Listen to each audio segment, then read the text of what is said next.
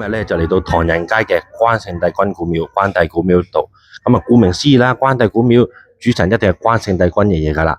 咁關聖帝君隔離咧會有兩位護法神嘅，就係關平太子同周倉將軍啦。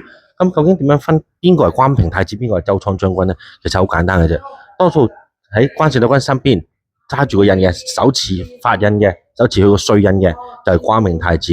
咁另一邊幫關聖帝君攞住把青龍偃月刀嘅就係周倉將軍啦。咁大家日後咧去到啲關帝廟度，無論神像又好畫像都好，咁大家都可以分得到啦。呢間廟嘅主神為關聖帝君，佢嘅旁神就係天后娘娘啦，佢嘅旁神就係天后娘娘，亦都係有呢個文昌帝君華光大帝嘅。點解我哋華人會拜華光大帝咧？以前咧我哋比較咧可能做大戲嗰啲人咧拜得特別多。以前啲戲棚咧係用竹去搭噶嘛，啲竹搭嘅棚或者攞木搭嘅棚最怕咩啊？最怕火燭。而華光大帝就係一個火神管火嘅，咁佢喺度睇住，咁咪唔會有火燭咯。咁呢間廟咧最特別嘅，除咗呢啲嘅主神陪神之外，咁點解呢度啲人會拜馬嘅咧？咁我哋一陣帶大家睇睇咯。咩人會拜咧？好多時候我哋希望咧工作順利馬到功成平步青雲都會拜馬將軍嘅。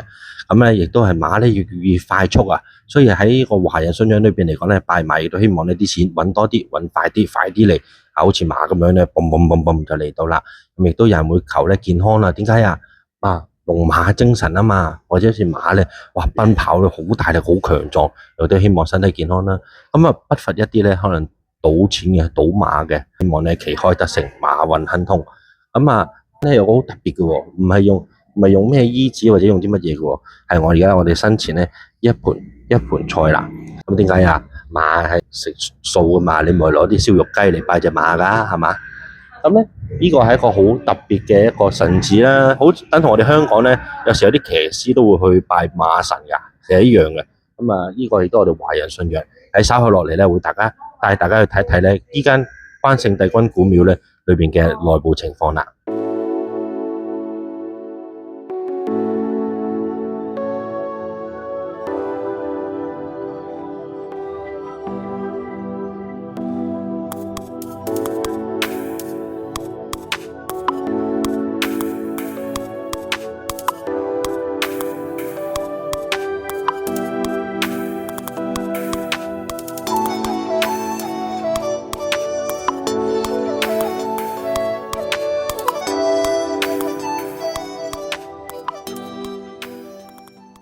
我哋嚟到依間廟係咩廟啊？